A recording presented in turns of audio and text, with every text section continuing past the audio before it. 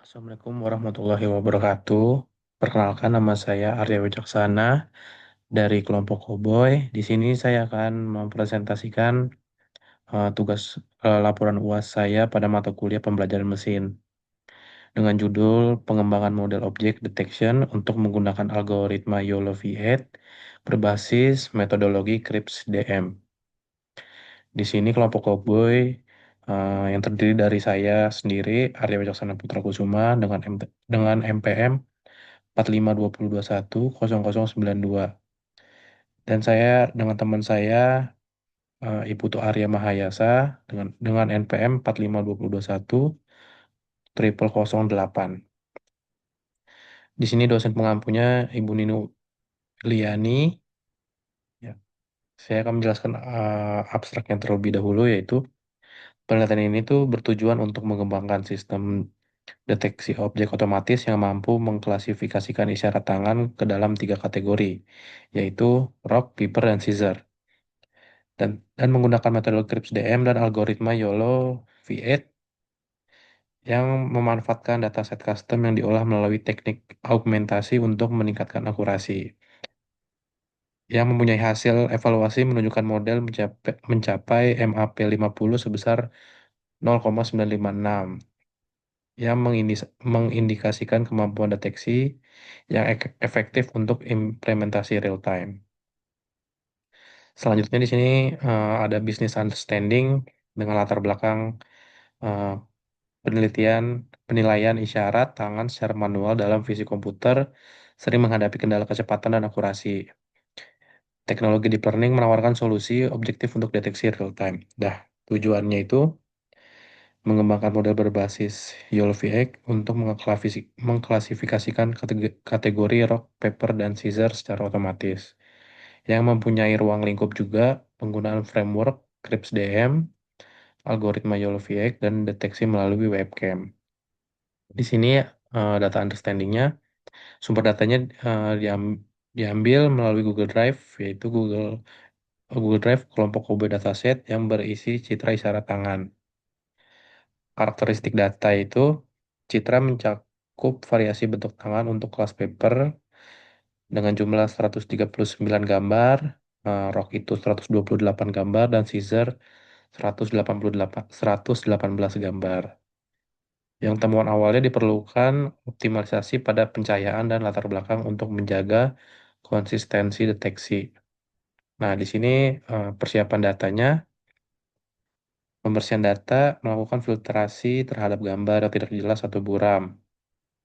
Dan anotasinya labeling dilakukan dalam format YOLO, koordinat X, Y, WH untuk ketiga kelas. Pembagian dataset dibagi menjadi training set dan validation set untuk memantau performa selama pelatihan. Sebelum diproses, gambar diubah ukurannya menjadi standar 640 kali 640 pixel. Dan di sini kita modelingnya algoritmanya menggunakan YOLO V8 versi nano karena efisiensinya dalam kecepatan inferensi untuk aplikasi real time. Strateginya menerapkan transfer learning menggunakan pre-train weight YOLO V8 PT. Konfigurasinya pelatihan diatur selama 100 epoch dengan mekanisme early stopping. Patientnya sama dengan 10 untuk mencegah overfitting. Evaluasinya, kita metodologinya menggunakan metrik MAP, mean average precision, dan analisis hasil validasi. Hasil kuantitatif model mencapai MAP 50 sebesar 0,956 dan MAP 50 minus 95 sebesar 0,775. Interpretasinya tingkat presisi mencapai 0,944, menunjukkan model sangat stabil dalam membedakan ketiga kelas tangan tersebut. Di sini strategi deploymentnya model terbaik disimpan dalam filebase.pt untuk diimplementasikan secara live. Mekanisme kerja menggunakan script JavaScript di Google Colab untuk menangkap frame webcam secara real time dan melakukan inferensi langsung. Dan hasil dan pembahasannya yaitu untuk analisis pengujian visual menunjukkan model mampu memberikan bounding box dan label yang akurat dengan skor kepercayaan atau confidence score yang tinggi di atas 0,5. Kesimpulannya, integrasi YOLO V8 dan Metal DM berhasil menciptakan sistem deteksi yang handal untuk klasifikasi rock, paper, scissors. Nah, di sini kendala dan analisis kegagalannya ada notes secara khusus. Jadi pada tahap pengujian real time ditemukan fenomena teknis sebagai berikut. Deteksi pertama yaitu berhasil saat aplikasi pertama kali dijalankan, model itu mampu mendeteksi objek dengan bounding box yang muncul secara responsif. Yang kedua, kegagalan deteksi berulang. Saat dilakukan pengujian pada objek berikutnya atau saat objek diganti, model seringkali macet atau bounding box tidak mau muncul kembali. Yang ketiga, analisis penyebab yaitu ketersediaan resource.